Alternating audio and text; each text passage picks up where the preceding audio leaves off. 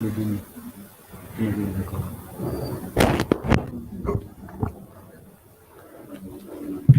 Good evening.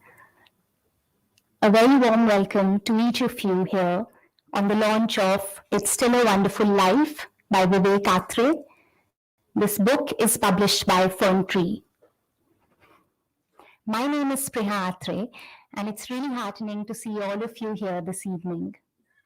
A special welcome to General V.P. Malik, former Army Chief, Mr. M.L. Sareen, Senior Advocate, and Mr. Ramesh Vinayak, Executive Editor of the Hindustan Times. It's Still a Wonderful Life is a collection of as many as 129 write ups, which form a part of Vivek Atray's popular column titled Random Forays. Topics which encompass themes spanning across relationships, governance, spirituality, leadership, youth issues, sports, humor, and social media have been covered in the book through topics as diverse as stage fright persists even today and falling in love with cricket once more. Mr. Vivek Atray, ex-IAS, is a motivational TEDx speaker and the author of Finding Success Within, Dubeji Bounces Back, Move On Bunny, and now It's Still a Wonderful Life. He is the chairman of the Yogananda Center for Theology and a visiting professor at Shulini University, as well as the founder of Suvichar Think Tank. He has 8 TEDx talks and 6 Josh talks with over 4 million views on YouTube. Speaking about Vivek Atray's writings, the cricket legend Mr. Kapil Dev shared, Vivek Atray is my dear friend and has been writing so well. The human element of society is the soul of his writings. On similar lines, Ms. Namita Gokhale, who is an eminent author and founder of the Jaipur Literature Festival, remarked, Vivek Atray's thoughtful essays bring to life the daily dilemmas of modern life, as well as the changing and unchanging nature of our world. I shall now read a couple of extracts from the book. The first one happens to be of the same title as the book itself. It's chapter 6, It Still Remains a Wonderful Life. It goes, there are 2 types of people in this world, said Tuco, played magnificently by Ellie Wallish in another classic Hollywood film called The Good, the Bad, and the Ugly. Let us not be the type of people who contribute to negative vibrations by continually cribbing, criticizing, and complaining. Those who know better, especially parents, must ensure that growing children are adorned with personas which are permeated with both positivity and compassion. The swallow is a bird which has forever been associated with joy and hope. Aristotle famously said, one swallow does not a summer make. The year 2020 has been written off by many. But today, when the skies are azure once more, one never knows. A flock of swallows may fly past and actually make our summer. In positivity is embedded hope for mankind. It is, after all, and despite everything, still a wonderful life. I shall now read from another chapter, a short extract from a topic called True Friendships Transcend Goings On. It reads, the fact is that differences of opinion have and always will be a part of our lives. Even a mundane issue like the menu for supper tonight has the potential to be cantankerous in nature. Shopping, television watching, movie going, and vacationing rarely take place without opposing forces trying to have their way. A Harvard study points out that certain friendships are in any case unidirectional and asymmetric. Someone who you may perceive to be a close friend might not really feel that close to you. This is also sometimes the scenario in romantic relationships, as in the case of unrequited love, but it is not as obvious in friendships. Only when one friend lets the other down or does not prove to be a friend when really expected to be so, does realization dawn. The general lack of warmth that a materialistically minded society feels and exhibits could also be the cause. One hardly meets a friend at one's home these days. Coffee houses provide the settings for friendships to grow and prosper, even to break. And they are actually not doing too bad a job of filling up the void which the absence of home visits has created these days. But the closeness of friendships in earlier times also emanated from sharing mom's home cooked mattis and laddus with friends, an unlikely eventuality nowadays. At times, one does not even meet a friend for months, even though he lives in the same city. WhatsApp and Facebook obviate the need to actually meet. But there's no real substitute for a warm handshake or a hug from a friend who matters. Virtual hugs just don't match up. What is much needed is to let our true friends know just how much they mean to us as frequently and as empathetically as possible. This was my reading from the book. Well, and these are also the kinds of thoughts that are expressed by the author in his writings generally, and also in this particular book, which has a feel good motivational element present in each of the chapters. I'll now invite Kavya Atray to read from one of the other random forays of this book.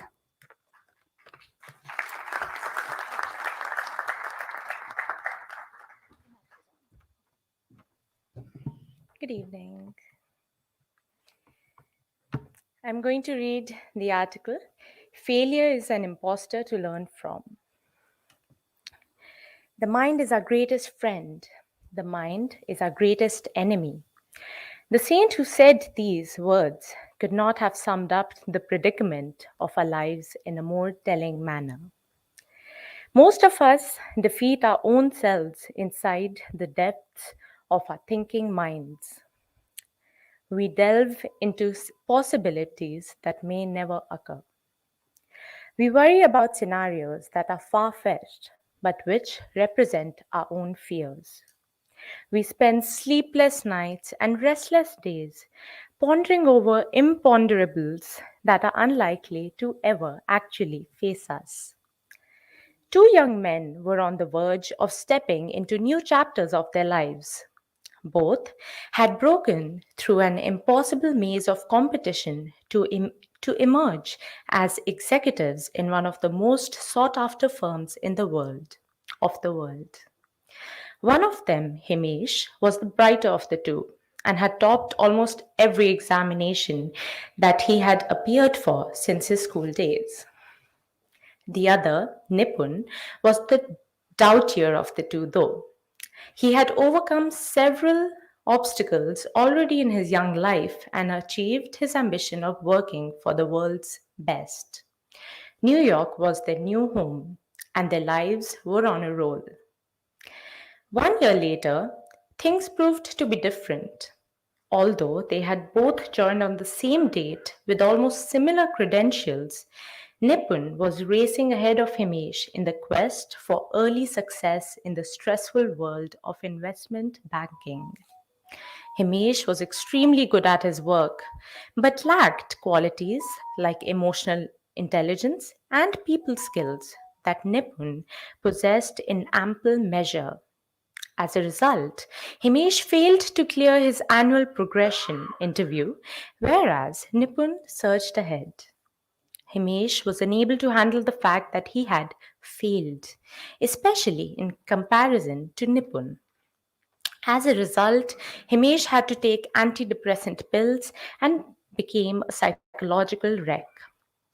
Many young people fall prey to the negative impact of their own thoughts in this manner, whereas those with a sunnier outlook are able to ride the wave and emerge stronger from such lows of life. Startup entrepreneurs are told these days, and rightly so, that a few failures along the road should be expected and that they should learn from each one of them.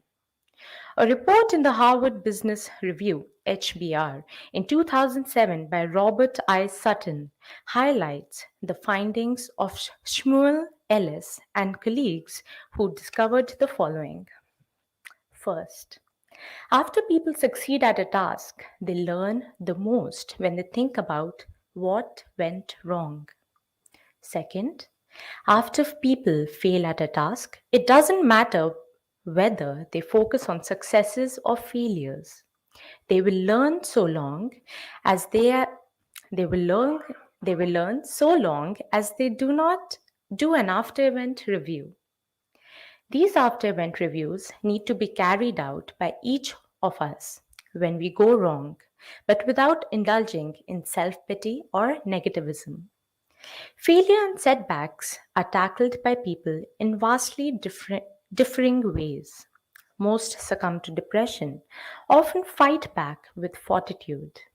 And although no two persons have the same life situations to handle, it's a gritty toughie who is able to steel himself or herself, beat the odds, and bounce back. Arunima Sinha, the Indian volleyball player who lost both her legs in a train tragedy, found her Olympic dreams shattered. But she also found enough fire and resolve within her inner being to become a mountaineer and even scale Mount Everest. It is her story and those of similar life champions which make us think about our comparatively minuscule problems and failures. They are so tiny in comparison that we have no right to be destroyed or even faced by them. A smooth life is not a successful life, said Paramahansa Yogananda, author of the autobiography of a yogi, a marvelously elevating and uplifting global bestseller. When we left when we let ourselves down by denigrating our own worth in our minds, we lose the battle of life.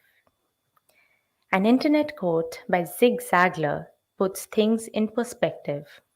Failure is an event, not a person. Yesterday ended last night. Ultimately, it is even mindedness that matters. And Kipling's words never fail to inspire. If you can meet with triumph and disaster and treat those two impostors just the same, the secret is to really know that they are both transient impostors. Thank you.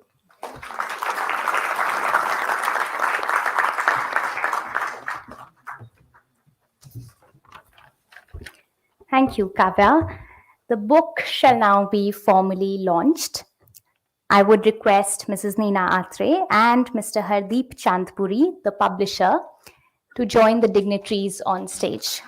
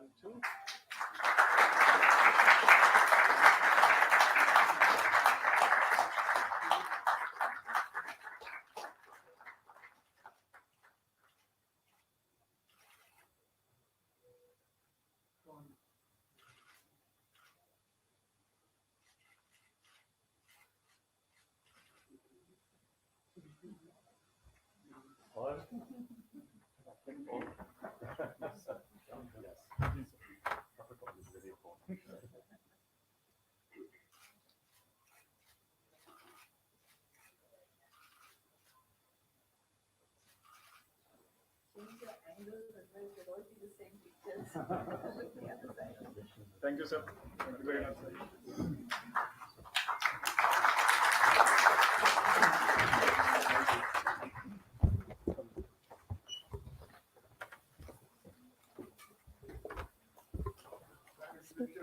You will speak now. Yeah. Okay. I now invite the author, Mr. Atray, to speak about the book and address the gathering.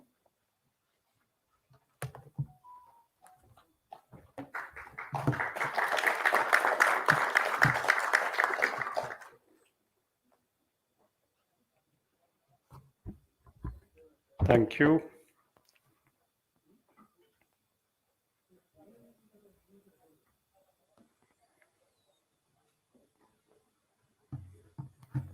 One of the things I've learned over the years is to try and be unhurried, not rush through things. And that's really helped me a lot. General VP Malik, whom I admire so much, and so does the whole country, it's a privilege and pleasure for me personally to have him in our midst today to launch this book. And also, I must proudly tell you that he did launch my previous book as well, which was Finding Success Within.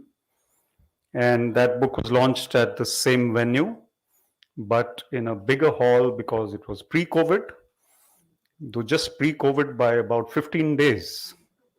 So we had sanitizers outside, and hopefully this one is post-COVID. Hopefully. We're still hopeful. The pandemic is still officially on, and it's still troubling a lot of people.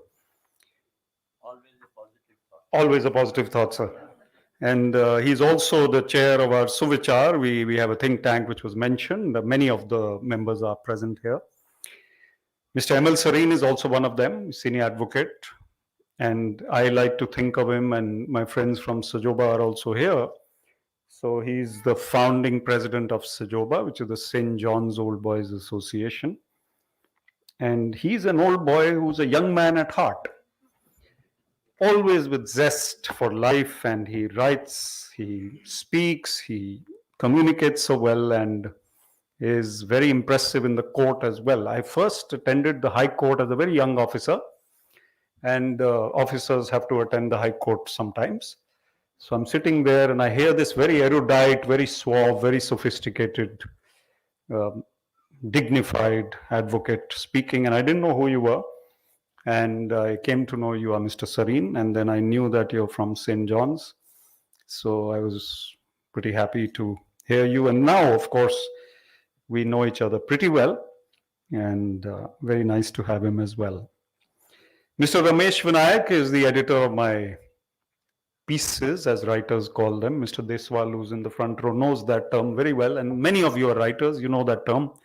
So he edits my pieces and doesn't hopefully cut me to pieces, but he's very prompt, and he has somebody to edit them, but he is the man. And the reason why this book is titled It's Still a Wonderful Life, I'll come to that, but Random Forays is the subtitle. And that's also the name of the column which I write for the Hindustan Times. And how did this name come up? Because I asked him, what should I write on? He says, you write on anything you like. And I thought, I told him I might write one day about humor, another day about governance, another day about sports, another day about relationships, another day about change, another day about dignity of labor, or, people in the throes of the social media waiting for the blue ticks. That's one of my titles, by the way. So he says, go ahead. Then I said, this is very random, isn't it? I mean, there's no plan. But the forays turned out to be reasonably planned. And that's because of his mandate and his allowance to me to be myself. And these forays have crystallized into this book, which, as someone very senior talked to me on the phone today and was wishing me well, and he said, so they're not random anymore. he says you have kind of unrandomized them, or whatever the word is, and you've collated them and organized them. So the thoughts are still random, but the book has a structure. There are about 13 or 14 parts of it, and they're all very different segments. And but I don't write about something which I don't know anything about. So I don't write about biochemistry. I don't write about preparing pasta. I don't write about how to do the salsa, not the salsa sauce, but the salsa on the floor. I write about something which I'm comfortable with. And the IAS, and even before the IAS or after the IAS, life has given me a lot of exposure. And that is also reflected in you who are here with me and us today, because the audience is not uni-dimensional or in directional, but different spectrums of life. And that is what gives me that flavor of life and color of life and the hues of life, which I like to write about. So one day I might be like, it comes to me, I write every fortnight, by the way, and Rameshji knows it well. So I'll send him a Saturday afternoon or evening email with random forays number 148 or something, and the title. But I start thinking about it the very next day after writing the previous one. So it takes about 2 weeks to think about it. But it takes about 1 day, not even 1 day. I write it on 1 day. So, but I have these thoughts and I do write them down at times. And I do tell young writers, don't be like me. Please write them down and please be structured. So it is good to structure them and write them down, and then one has a plan. I do try to get a couple of motivational or inspiring or relevant quotes. I do try to get a bit of research into it, because the topics are often, I wrote one called Celebrating the Also Rans. Also Rans, the second guy, wo movie mein wo sidey actor, that vice captain who never became the captain, the guy who never scaled the summit but went almost there, he was like, suddenly you only celebrate Virat Kohli. What about the guy who's like trying his best to be like Virat Kohli one day and may never be there? So the also ran. So one gets that latitude and that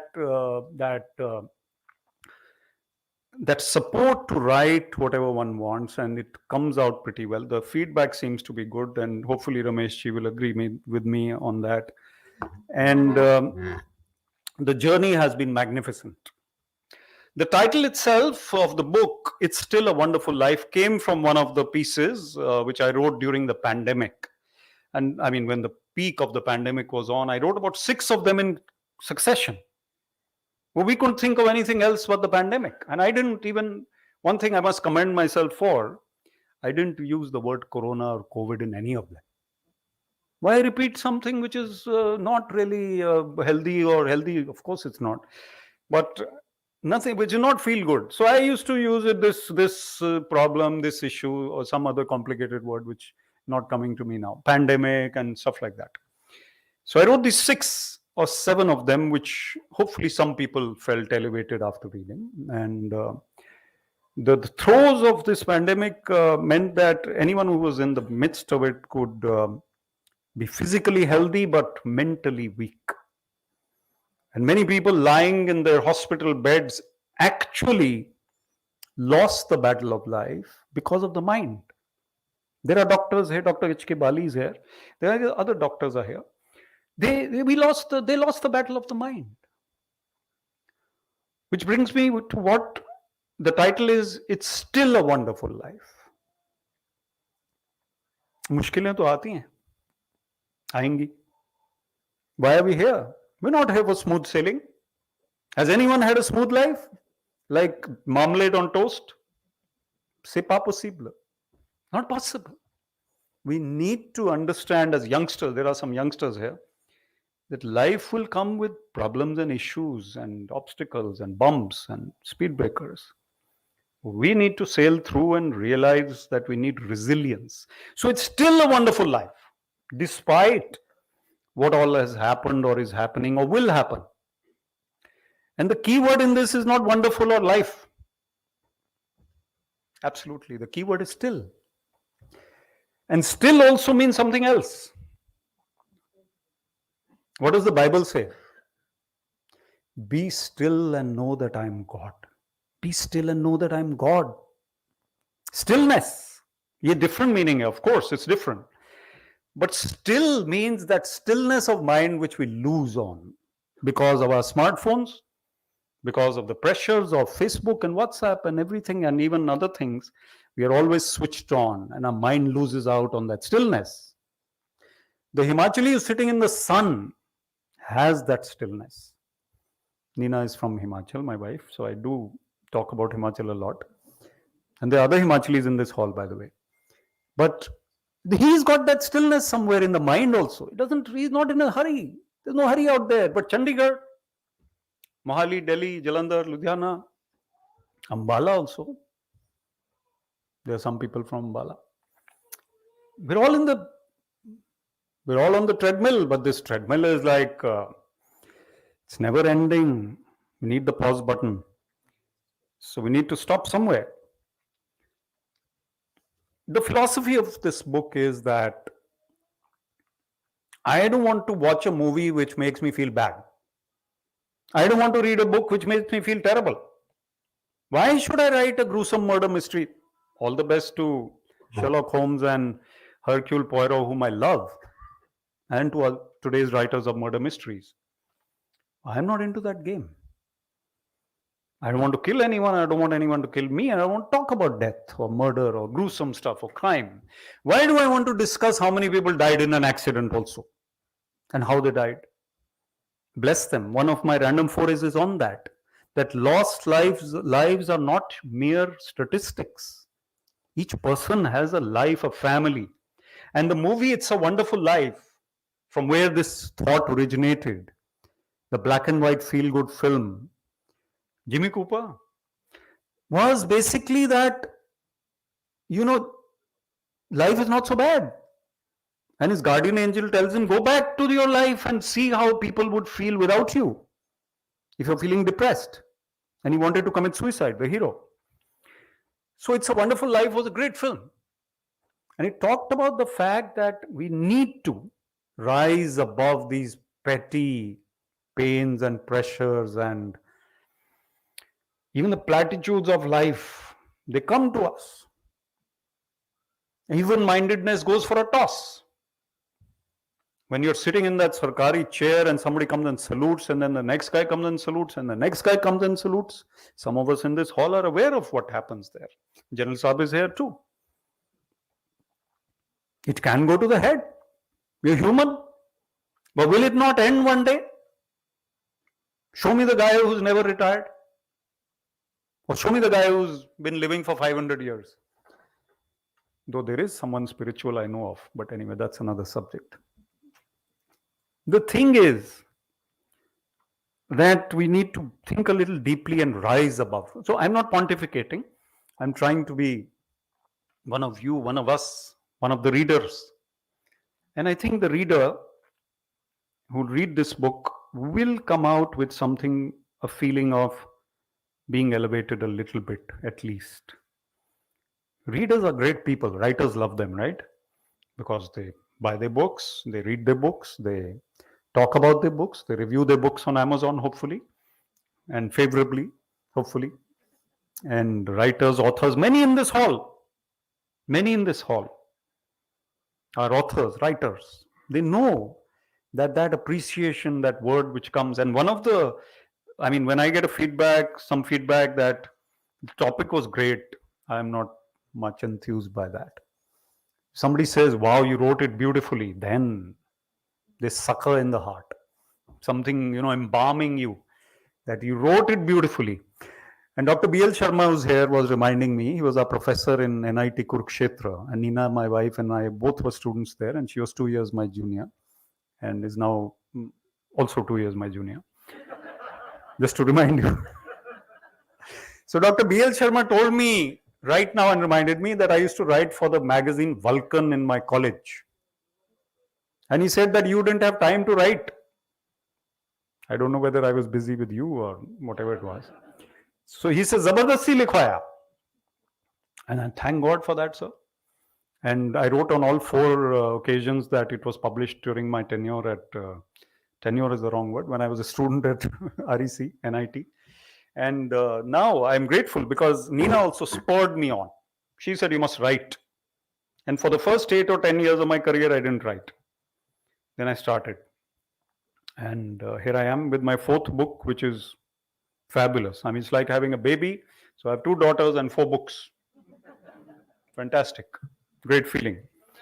And Nina's contribution to the book is also there, not only to the babies.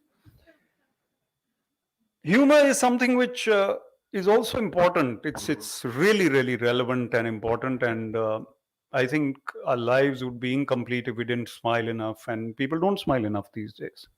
We have those 30 centimeter, not even 3 centimeter smiles. The urchins on the road who are playing in the water or on the roadside, the beggar kids, you see them smile sometime. But on the other end of the spectrum, you see Barack Obama's smile. Not Mr. Trump's. But Barack Obama, Nelson Mandela. If there's a student of smiles, look how they smile. Then the Chandigarh society doesn't come in the middle to interfere with the length or breadth of your smile. How can I be myself? But Chandigarh society is good. And on the subject of humor, I must give credit to someone who's not alive, I've never met, but I've read so much. He improved my language, because if you don't read, you can't write. Anyone who's a writer here knows that unless you've read books, you can't be a writer.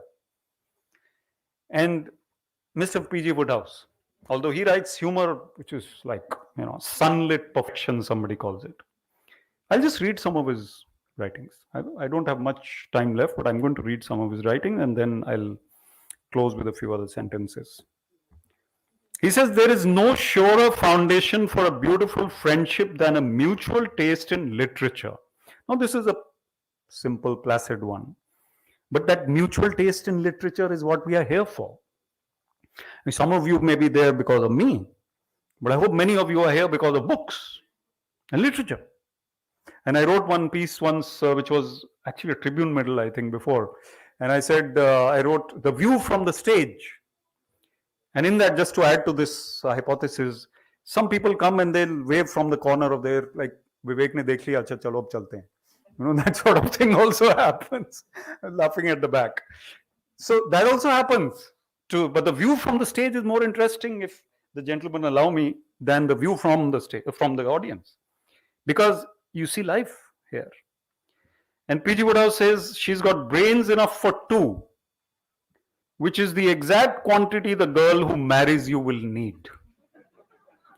Now, let's all the men here, please, just be very clear that we are the inferior half of this world. There's no doubt about it. The sensibilities, and there's another one he has, Woodhouse. Woodhouse was a very elevated person. He says, at the age of 11 or thereabouts, a woman acquires a poise and an ability to handle difficult situations, which a man, if he's lucky, manages to achieve somewhere in the later 70s. Not my words, they are Woodhouse's words. हम लोग कोशिश करते हैं वैसे. We keep trying. And he says, Jeeves, of course, everybody who's read Woodhouse knows Jeeves. So he says, there are moments, Jeeves, when one asks oneself, do trousers matter? And Jeeves says, the mood will pass, sir. Now look at him. Look at him without that pandemic and Zoom, where trousers didn't matter for 1.5 years, right? But he's writing about this in 1956 or something, whatever it was. And Jeeves warns him. Bertie Wooster was the hero. He says, red hair, sir, in my opinion, is dangerous. Obviously, he was attracted to a redhead. So Jeeves was right to warn him. So if you read stuff like this, then you are enabled and facilitated. and propelled to write better, because otherwise you can't. You have to read. And sometimes, and in fact, during I appeared for the civil services mains before joining the HCS, and I remember somebody reading P.G. Woodhouse outside the English hall. I was like, oh, he's reading Woodhouse out here, outside the English, before the English exam. Because those little gray cells which Hercule Poirot refers to, they get activated somewhere. In the right side of your brain, which is the creative side, it needs that fillip to be thinking like that. So I think it's wonderful to be reading before you write. Of course, we're not copying anything, but we get that inspiration. And there are great writers in this hall. I won't be able to name them. So wonderful that we are all able to write, and wonderful to have you all here. And I really think that this is something which gives me a lot of joy. It's my fourth, but it's the most satisfying, because it's 4.5, 5 years of writing columns. The others were written in 6 months each. And obviously they were focused at book writing, and this was writing columns which are now compiled into a book. So it's wonderful to be there and to be here as an author. I really want to thank each one of you for coming, and all of you who are watching us live on wherever you are watching us. Thank you for watching. And I am grateful to General Malik, Mr. Sareen, and Mr. Vinayak especially, and all the ladies who are here, the superior lot of the world, which no, I'm surrounded because I have 2 sisters, 2 daughters, a wife, and I've always felt that we need to respect. And I do speak and I write about one of the pieces. In fact, we were considering that Spreya or Kavya may read from one of those, but the piece is called "Daughters Are Love-Filled Blessings," and they certainly are. What about a cheer for daughters? So thank you all, but thank you to the men as well. And thank you for coming and being good friends. And I'm glad that we managed to have a book launch in a hall which is joyous. I love this hall. It's got the best acoustics in Chandigarh, by the way. I've spoken here a few times, and nowhere in Chandigarh can I engage with my audiences as I can engage here. So my big thanks to CII as well. There's nothing like this in Chandigarh, if you believe me. And there's no joy greater than a book launch, especially if it's your own book launch. Thank you very much. Jai Hind.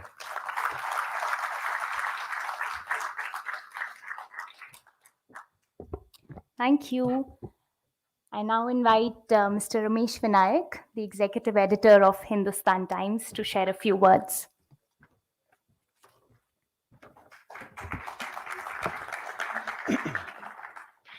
Very Honorable General Malik, Sareen Saab, Mr. Vivek Atray, and distinguished members of the audience. Very good evening to everybody. What do you say about the book which you have already read over the last 4 or 5 years, when it was in the making? Every alternate Saturday at 7 o'clock, I would get his column, 5 o'clock. And so I would be the first person to read his column before it gets to the print or to our online edition. And it has been a fascinating journey, alongside his column. So when I got his book, and I had already read the book, so only thing of interest to me was praise, for Mr. Atray and for the book. And that was really remarkable. And you don't have much to say after reading, such a kind of wonderful praise, for the author and his writings. But in nutshell, my impression about Mr. Atray's column and the book is, it's a compilation of life lessons, which are not only relevant but also relatable, which everybody can relate to. So in a sense, it's a distilled wisdom, sir, which you have come out with. And I remember I met Mr. Atray long back. He was Director IT Chandigarh, and I was India Today correspondent here, and we were writing something on how Chandigarh administration was trying to put Chandigarh on the IT map of the country. So I met him, and he was very bright, young, which he still is, officer, very perceptive, passionate about what he was doing. So I wrote, a story for India Today, and soon after he was quoted by New York Times, about the project that he was leading in Chandigarh. But what really stayed with me was uh, about his personality, poise. He was very calm, confident. And when I, followed his writings for the Tribune, occasionally for Hindustan Times, I could sense that, his writings are pretty much like his personality, very gentle, calm, and yet so profound. And then the confluence of thoughts happened, I think 5 years ago, uh, when we had a deeper conversation. And so I was planning to launch some column which I thought should radiate positivity, which can help the reader, make sense of the chaos, and which can give them that, hope. And what really guided me was one of my former editors, owner of India Today, Mr. Arun Puri. He used to tell us, that nothing sells like feel good factor. And I, having covered, these insurgency, terrorism, Kargil war, so ably led by General Malik, uh, that thought always stayed with me, that, feel good factor, the newspaper or the media must kind of be repository of that factor. So when we met, immediately we kind of figured it out that, uh, that it's about time. And I thought that he is the right person. He fits the bill for writing the column. Generally, editors are wary of committing themselves to a regular column because readers are very blunt, in giving their feedback, sometimes brutal. So, but I took that call that, Mr. Atray can write a regular column for us. And believe me, I'm not repenting. It has been a tremendous journey so far. And it is one of the longest running column in Hindustan Times, and one of the most popular column, I must say, based not only on my kind of reading of his article, but also what I get from my readers from across the region. Uh, so, Mr. Atrit, all the best to you for your book. And, when I look at his story, he resigned from IAS, which is seen to be a very cushy job. It's a remarkable story of, reinvention, where you kind of rediscover your true calling, which he has. So he himself is an example for, a young generation which kind of is suffers from that moral confusion, and not knowing their priorities, and that what he said, mad rush for that quick fame, quick money. So, sir, you are kind of an example, and I always see him as torchbearer of, creative pursuits in Chandigarh. I don't think any literary festival, literary event is complete without Mr. Atray being not being there.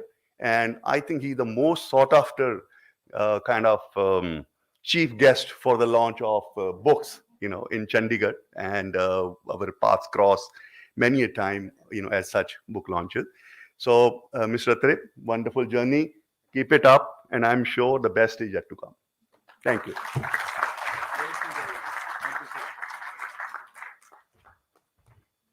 Thank you so much, sir, for your very, very kind words. I now invite Mr. M.L. Sareen, Senior Advocate, to address the gathering.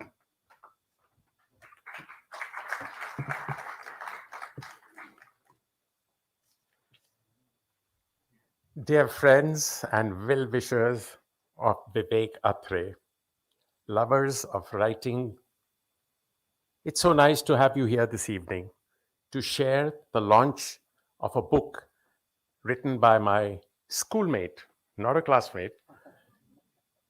I got to know Vivek many years ago Even though we are from the same school, we have been members of Sajoba and past presidents of Sajoba, that's the St. John's Old Boys Association. I got to know him better through his writings and his speeches. I discovered his love for writing when he was the president of Sajoba in 2007. We had just completed 25 years of the St. John's Old Boys Association, and we jointly produced a book called Roots and Wings, which is a classic today, commemorating the silver jubilee of the Alumni Association and recognizing and expressing gratitude to our alma mater for what fantastic contribution it has made to shaping our lives. That was a wonderful experience. I have been fortunate to share the launch of his previous books, and I've enjoyed each one of them. Vivek, you're doing a great job. And being here for the fourth one, you took away what I was going to say, that it's your fourth child. But I have to tell you why I call a book a child. My father, Mr. H.L. Serene, was an author of law books. He wrote many books. One of them, the most classic one, is on the law of evidence, which was written in 1938 while he was in Lahore, jointly with Justice Tekchand. I lost my father in 1993. In 1995, the publisher brought out a revised edition of the book. Justice Tekchand was still alive. So he sent me the first 5 copies from Allahabad to present to Justice Tekchand. And I took them very proudly. And I gave him the 5 books. He took one out. He says, you know, Manmohan, this book is my child. Justice Tekchand's son Vikram and I are contemporaries. We lived together in the same house for the first 7 years of my life. He says, this book is my child, which is immortal, unlike you and Vikram. And that is why I'm saying, Vivek, congratulations on producing your 4th immortal child. You have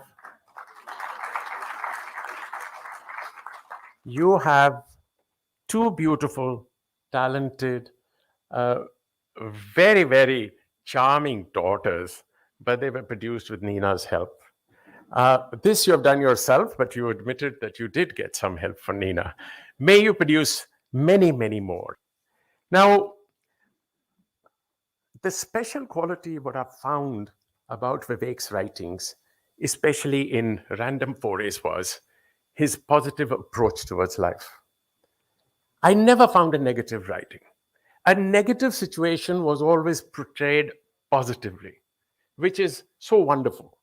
And every morning, so many of them I read in the morning, and we both belong to a Sajoba WhatsApp group with a few hundred old boys on that group. And I would read these comments and really enjoy them. Great writing, sir, Vivek, sir. Excellent expression, Vivek. That is marvelous. We never thought of it. Keep doing it. And this is what edges an author on, appreciation. And with his Random Forays, it wasn't random appreciation, it was immediate appreciation. So the forays have been positive, even though I checked up the meaning in the Webster Dictionary. It describes a foray as a raid into enemy territory for spoils. But I'm glad you're not depicting it like that. And you are showing it as a positive foray, as what positive raid you can make into your life, which may otherwise be difficult. Refreshing they have been, and I've enjoyed them all. And I'm sure you will enjoy them all too. I'm glad that Random Forays have been published in a book, which will be permanent and immortal.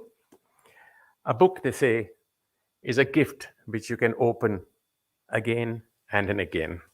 I would like to conclude by saying that Vivek has presented us this gift, which has been wonderfully wrapped gift wrapped by Hindustan Times and fern tree into a gift which we can open again and again. Thank you.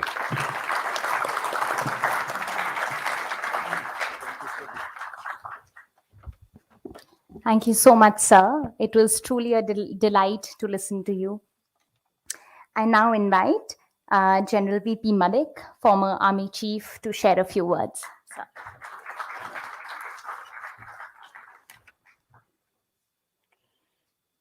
Vivek has just taught me, don't be in a hurry. Mr. Sareen, Mr. Ramesh Vinayak, Vivek, ladies and gentlemen. It's always a pleasure to be attending book launch. This is the second time that I'm doing book written by Vivek Atray. And my congratulations. I read the last book also, but I have to say that this one is better. So with that, let me also mention, I am going to be 82 in the next few days. Just in the next few days. But it is still a wonderful life. And that is because I have friends like Vivek Atray, Mr. Sareen, Ramesh Vinayak, all of you sitting here. So it's not only what I have been reading his columns over the years in Hindustan Times, but also having good friends like you all. I think that is also a secret of having still a wonderful life.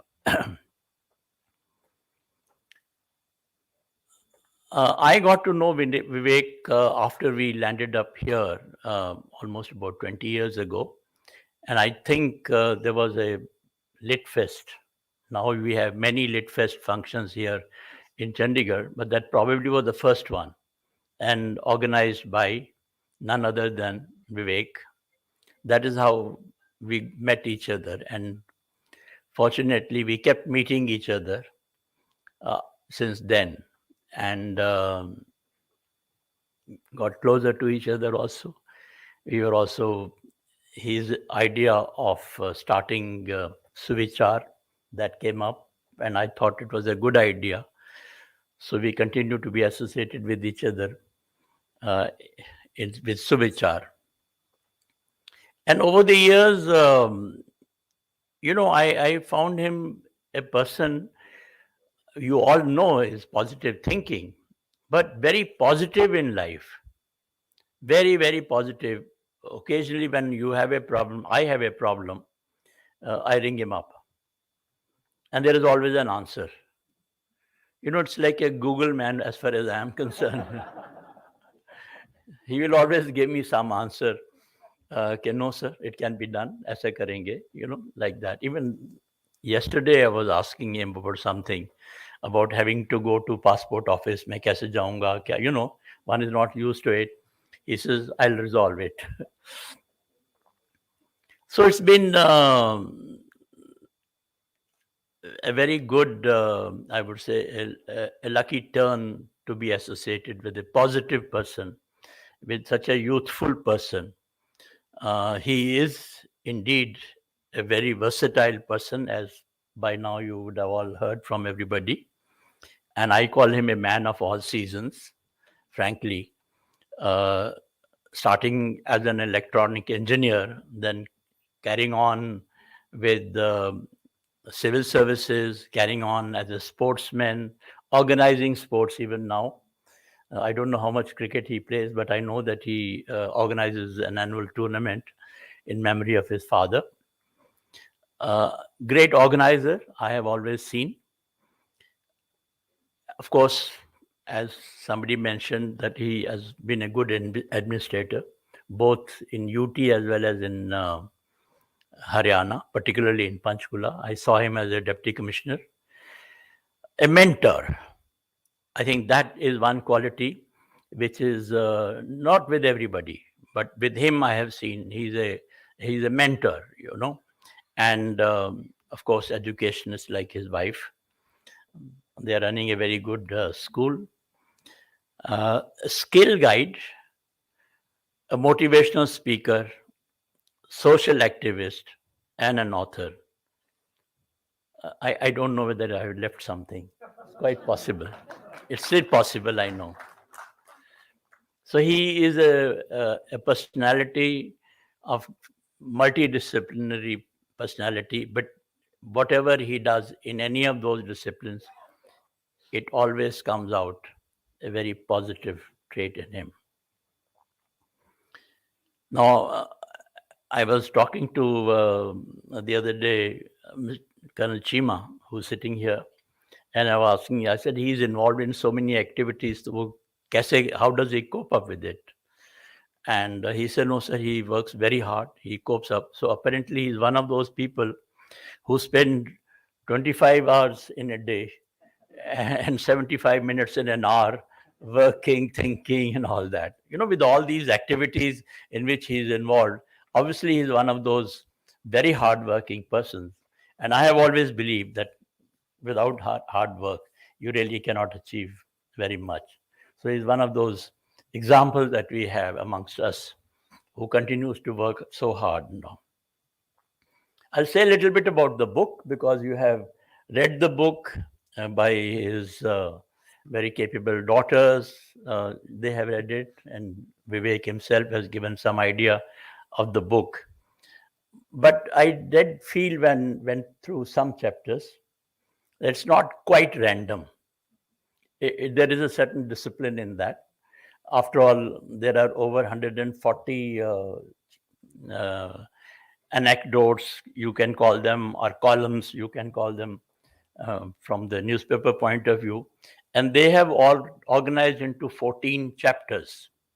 So there is some sense, these are not quite random. There is a certain amount of discipline. And as an army man, you look at that, discipline hai ya nahi hai. So I found there is a fair amount of discipline as it is in him also. And they cover really the different aspects of your life, human, everything to do with man or woman. Those aspects are thinking, are basically thinking, our attitude. And there is not one column which conveys anything negative. It's always uplifting mood. There is one challenge I want to throw at him. And that is, I don't know whether he's capable of writing. I don't think so, frankly. How to resolve disputes between husband and wife. I bet he has no experience of that. But yet, I want you to. So, all those columns that one has been reading and the book, which is a compilation of all those columns, is really, they're very informative, optimistic, obviously. I've been saying that again and again. And the most important aspect is, I think they are mood lifting and very, very inspiring. I don't think any young person, middle-aged person, or an old person like me would not consider them to be inspiring. They are really inspiring at whatever age you may be thinking of. And his style, why it is popular, as Mr. Vinayak mentioned, is because it's a very simple style. It's down to earth. It's a straightforward talk. And as I said, it is thought-provoking. The other aspect that going through those columns was he's very fond of sportsmen, obviously, because he's been a sportsman. He quotes sports people again and again. Also film actors, many of them. Writers, of course. But there are a few people he has avoided in all those. One are these political netas. He's kept them at an arm's length. Also, the civil services, the police services, and of course, military men have been kept at an arm's length. Anyway, I'm looking forward to sometimes his thoughts on those lines also. Again, positively, not on the negative side. And the suggestion ultimately that come from each of those columns, the recommendation that flows out of those columns, each column, is really fascinating. That is not only positive, it's a very straightforward thing to do. Is probably one of the simplest walking the talk requirement that comes out from him. And anybody can follow it. And that is why I thought it's a great book, worth reading. I have not read all 4 books of his, but a few that I have read, this is the best condensation of his thought process, which has come out in these columns. Very well done, Vivek. Once again, heartiest congratulations. And I would say keep writing, not only on the positive side, but also on the humor side, as you have been doing, and try and accept those challenges that I have thrown at you. Thank you, ladies and gentlemen.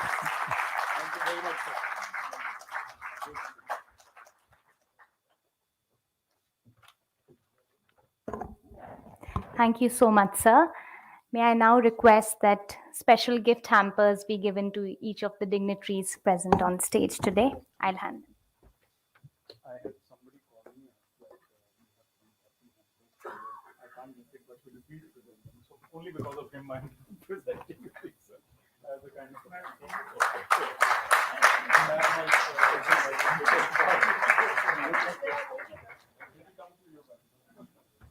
Thank you, Vivek.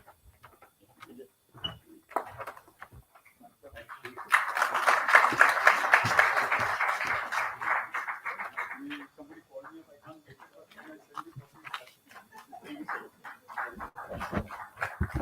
Thank you so much. I now request Mr. Vivek Atray, followed by Mr. Hardeep Chandpuri, to give the vote of thanks. Thank you so much. I have to be here to thank a few people before Hardeep Chandpuri, the publisher, comes. And first, I must thank Hardeep Chandpuri himself, because being from an illustrious family, Brigadier Chandpuri's son, and somebody who's so humble, so calm, so cool, and very shy. When I thought of this collection of random forays, I virtually knew who I wanted it published by. And I'm a very funny author in a way, because all my 4 books are published by different people. So Hardeep, please stay with me. Don't go away. And but I want to thank General Malik, Mr. Sareen, and Mr. Vinayak for their warm words, their warm presence, and that wit which also emanated from each of the speakers. This is what keeps us going, and this kind of conversation. This is also a conversation between the audience and the speaker. And there's nothing like it in the world that I quite enjoy more. So thank you, sir, and sir, and sir. For Ramesh ji, please don't call me sir from now. So Vivek ji bhi chalega. So I also noticed Mr. Vipin Pabbi, who's sitting behind the mask. He is also another editor friend who I must admit is more of a friend now, because we go to Sholini University. And Ramesh ji and he have had probably almost parallel careers. So Vipin ji claims to be senior than you by a couple of years. All right. Thank you very much, all of you, each one of you who is here. Dr. I.D. Shukla, I want to mention, is a friend of my father's, and many friends of my father are here, and of my mother. They knew my parents. They left long ago, 30 years and 25 years now. And my sister Suruchi is here. The other sister, they lost Mr. P.C. Markanda in the family, so he's not here. She's not here today. But family, I want to thank family and my wife Nina. So really want to thank you. Last time I think I said something romantic, but I don't think I'll say it. I'll tell you later. From stage. Yeah, but it wouldn't be that romantic then. So thank you very much for spurring me on, egging me on, urging me on. And each one of you who's here is a warm friend, close friend. And I consider you to be my extended family. So thank you for coming. My mother-in-law is here, Mrs. Usha Sood, and Sona, my sister-in-law, because she's not well. She's had dengue. And please watch out for the mosquitoes. Very dangerous, but she's recovering and she's wanted to be here. So I'm very thankful to her. Some of my classmates are here. Varun is here. I don't know whether Navi, some other classmates are here. Please raise your hand if you're my classmate. And you to are Varun to bol diya. Okay. And Dr. Bali is here, whose company I enjoy. I cannot name everybody. Colonel Chima, whom I have great conversations with. So I'm only naming the front row. And Mr. VK Kapoor, who's so inspiring, sir, always. Dolly ma'am is here, who is a great singer, who is Surinder Kaurji's daughter. So please, round of applause for Dolly Galeria ji. And her daughter is also here. So my daughters are also here, Spriya and Kavya, and they spoke pretty well. Pretty well. As a father, I'll say pretty well, and pretty and well. And thank you, everyone. Once again, did I miss anyone, Hardeep? You'll do the rest. Come. Hardeep Chandpuri.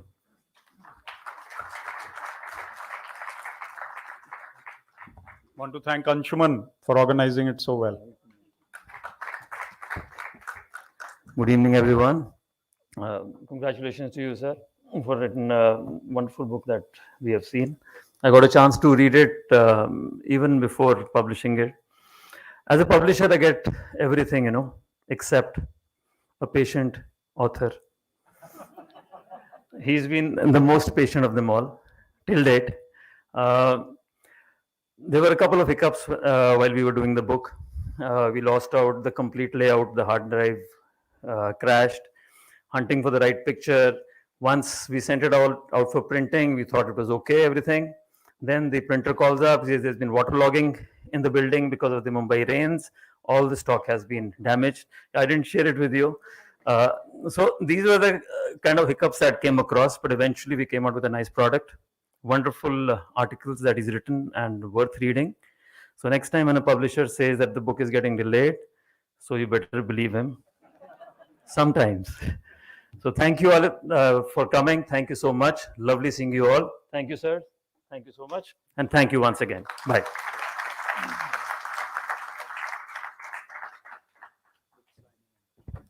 Thank you so much, everyone. It's been lovely having you here. The author is now going to be available for book signing. Please join us for tea afterwards and have a wonderful evening ahead. Thank you.